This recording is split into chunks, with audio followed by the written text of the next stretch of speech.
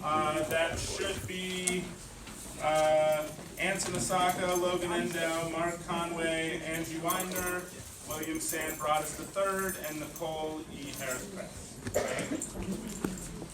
Andrew. Crowded race.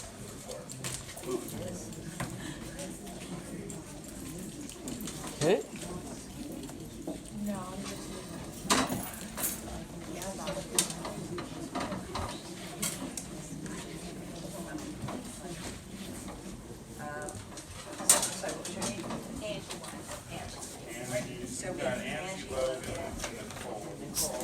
All right, Logan. Is that it? District 4? Anybody else?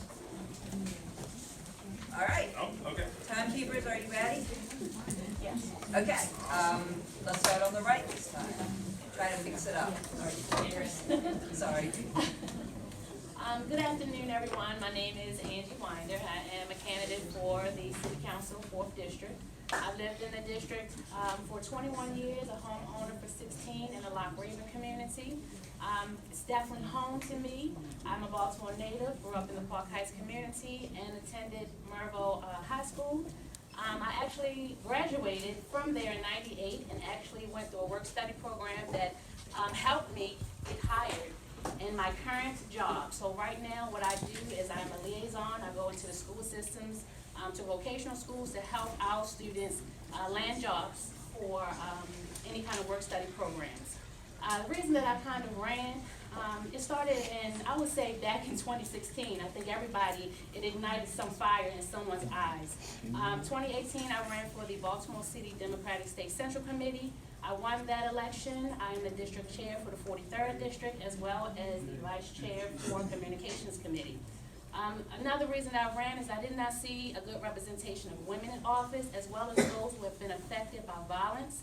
I lost my husband to violence about 17 years ago.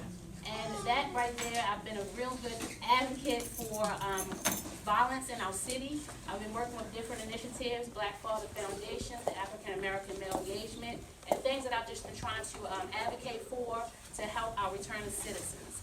I do believe that we need someone that is from the community as well as a grassroots effort, and that will keep the people at the center. Thank you again for our revolution, and everyone is here, and I hope to be considered as your next city councilman. All right. I'm Logan Indow, running for city council to help reverse Baltimore's violence epidemic.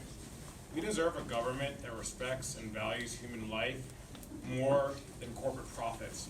We make a conscious decision to fund developments downtown and give tax breaks and tips to developments downtown instead of funding lead poisoning reduction, instead of funding mental health programs in our schools, instead of funding rebuilding our vacant homes. So that's what I'm fighting for, is apply public health approaches to reverse our violence. I was trained at Stanford and London School of Economics, focused on health economics and public health and gun violence. And I'm looking to apply these efforts and this knowledge to reversing our epidemic. I worked in Liberia during the Ebola outbreak, reversing the epidemic in the most violent communities, and it showed me that if we can reintegrate child soldiers and reverse the Ebola outbreak, we don't have an excuse not to be able to reintegrate our returning citizens and reverse our violence epidemic. We need less mass incarceration, we need less corporate handouts, we need more public health interventions, more public health investments, to have caucus-based fair share of taxes through pilot, and to have a rent stabilization program as well. So that's what I'm working for. I look forward to working with all of you in our revolution and Sunrise Movement, National Nurses United. I've been involved in all organizations that are present today, and I look forward to continue doing that as a city councilman as well. Thank you. Yeah. Good afternoon, everyone. My name is Nicole Harris Crest. I'm currently the Chief of External Affairs in the Baltimore City State Attorney's Office. In that role, I'm responsible for everything from relocating victims of crime to creating programs to reduce crime in our city. I began to get engaged in public service back in 2008 when I lost my father, Councilman Ken Harris, to gun violence in our city. You know, it was at that time that I decided to give my whole life to public service. I went to law school, worked for a regional law firm, Miles and Stockbridge. I then went on to advocate for more high-quality educational options across our state. And again, right now, I'm responsible for supporting victims of crime, and I'm also responsible for getting the people before they become entangled in the criminal justice system. My campaign is targeting 3 key areas. They are public safety, education, and revitalization. We must get more educational funding for our students. That's why I support the Kerwin Commission recommendations. I've already sat down with Rick Kerwin as a leader of the Maryland Alliance of Public Charter Schools and advocated for the Kerwin Commission. You know, we have to get repeat violent offenders off the street to resolve public safety. The 3 young men responsible for killing my father had gun charges. Within 6 weeks of being released, they killed my father. I've advocated with Mayor Stephanie Bowles-Blake under her administration for more stringent gun laws, and I'll continue to do that as a city councilwoman in Baltimore. We also have to get repeat violent offenders and people who are engaged in the criminal justice system mental health counseling, job training, education, and resources. I run a diversion program called Aim to Be More right now in the State's Attorney's Office, where we're already doing that work. We're giving people mental health counseling, job training, and we're trying to get to them before they get entangled in the criminal justice system. And we have to revitalize, finally, our community neighborhood shopping centers. I watched my father and the work that he did in his 4th district with Belvedere Square. We have several other shopping centers that need attention. And when we have liquor stores and dollar stores everywhere, that doesn't promote change in our city and it doesn't keep residents there. So I'm about fighting for change in our city. I see what it's done and how it's personally affected me and my family. And now I'm ready to do the work that I've been doing on a larger scale throughout our city for the good of the 4th district. Thank you. All right. Hi everyone, my name is Anson Osaka. I'm a civil rights attorney. I work for the nation's oldest and largest civil rights organization, the NAACP. I decided to run because I wanted to make a difference in my community. I wanted to run because I want to be a voice for the voiceless. This campaign is for all the people that are ignored by the establishment. This campaign is for the downtrodden communities that are ignored by the elected officials, that are ignored by candidates. My campaign is the only campaign that openly addresses the issue of race. You know, it openly addresses the disparities that we see in the 4th district. You have a dividing line on York Road, where you have one community that's predominantly white and affluent and prosperous, and on the other side, you have communities that basically are on the same street, but on the other side of the street, that are downtrodden, where there's a lack of opportunity, where young men feel that they have to sell drugs in order to survive.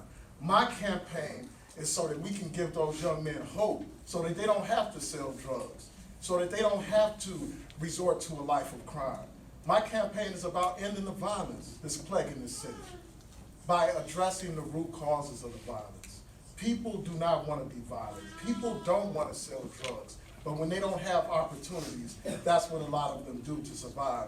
And my campaign is about giving them the life-saving services that they need in order to live productive lives. What is yellow? 30 seconds. 30 seconds. So that's one of the things that distinguishes me from a lot of these other candidates.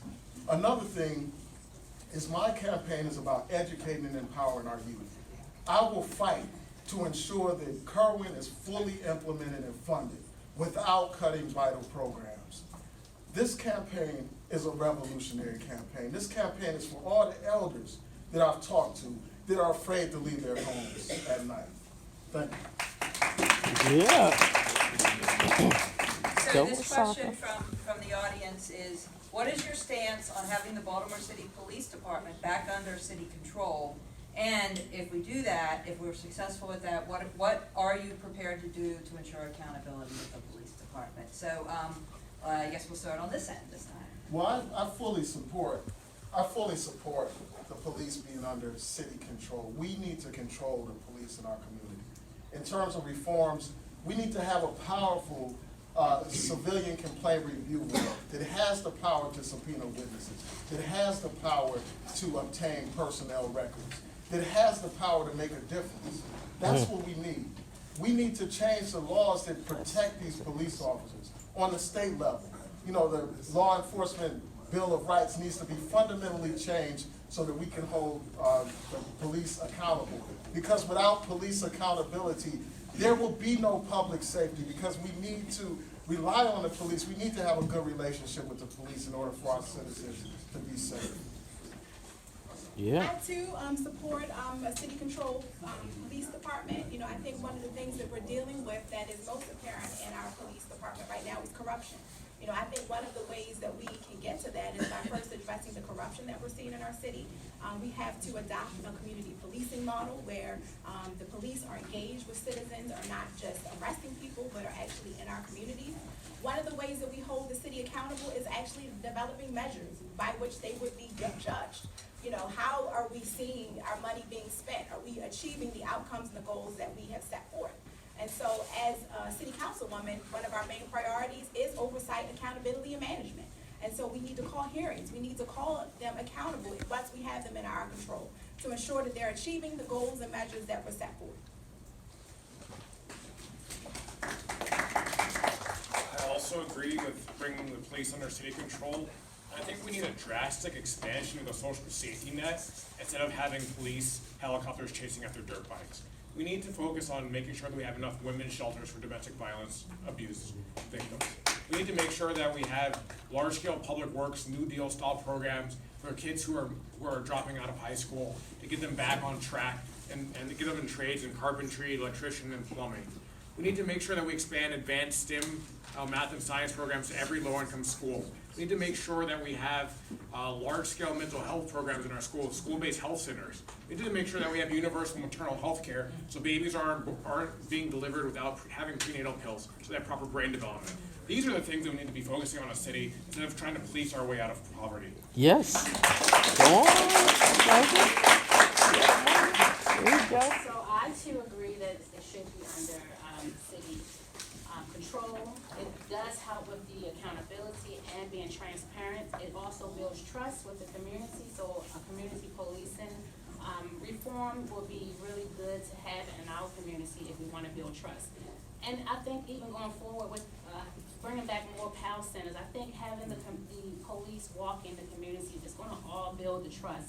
That has to start with under the city government control.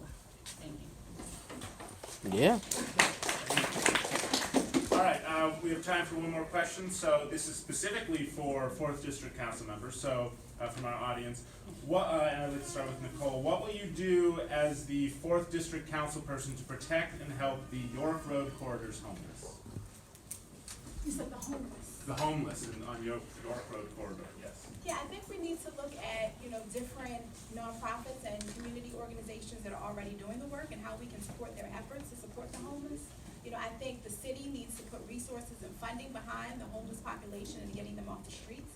You know, I think we also need to look at, you know, residents in the district and figure out what we can do as citizens to come together to support this population. But I think what it will take is a collaborative effort of us working together. It will take us getting to the root cause of why individuals are homeless. You know, is there an issue with mental health counseling, job resources? Is there an issue with training? We need to pour resources in the community and support these individuals that are now sleeping on our streets and really tap into and expand the work of the organizations in the community that are existing doing the work.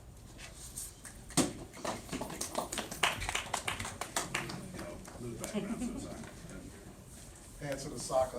What I would do is create incentives for developers to invest into struggling communities. If we can renovate all these abandoned homes, they could be used to house all the homeless people that we have. It makes no sense that we have homeless people in this 21st century. You know, with all this technology and all this development, we have the means to house everyone. We have the means to feed everyone. No one should go without housing. No one should go without food. And as an elected official, I would do everything in my power to try to end this homelessness problem, to actually wage a war on poverty instead of just a war on drugs. Good. I had to make sure I had the right name, but I would say making sure that so I'm a founder of the Restoring the Village Project. We do a lot of collaboration efforts. There are so many that are already there, so we don't have to identify them. If anyone has been a grassroots organizer in the district, they know who the organizers are, and we need to work together. I want to commend that even working together, not only on the grassroots level, but also with the government, I'm sorry. But Mayor Jack Young, he announced that the Mayor's Office of Homeless Service will be serving as an independent agency. I think that was a great thing to have that, as well as making sure funding goes through certain homeless programs. So we need to make sure that we're all working together as a community, the residents, the city government, as well as the organizations that are out there. Enough of the silos, we need to be working together. Thank you. All right. Good. Yes, there's the last one. Yeah, I will sponsor and advocate for right to shelter legislation to end homelessness in Baltimore City. You know, homelessness it's less expensive to house homeless individuals than it is to have them on the streets. Because if we look at it in terms of, it's not based on economics that we have homelessness, it's based on cruelty. You know, if you look at the emergency room visits, if we look at Yes. the overdoses, if we look at the early deaths, we value life less than we value corporate developers' profits in downtown. Amen. It's that simple. So that's what I'll be advocating for, is bringing a coalition together to actually have fundamental and systemic change rather than neoliberal weak tea. Go on. Love it. One more round of applause for all of our. Yeah.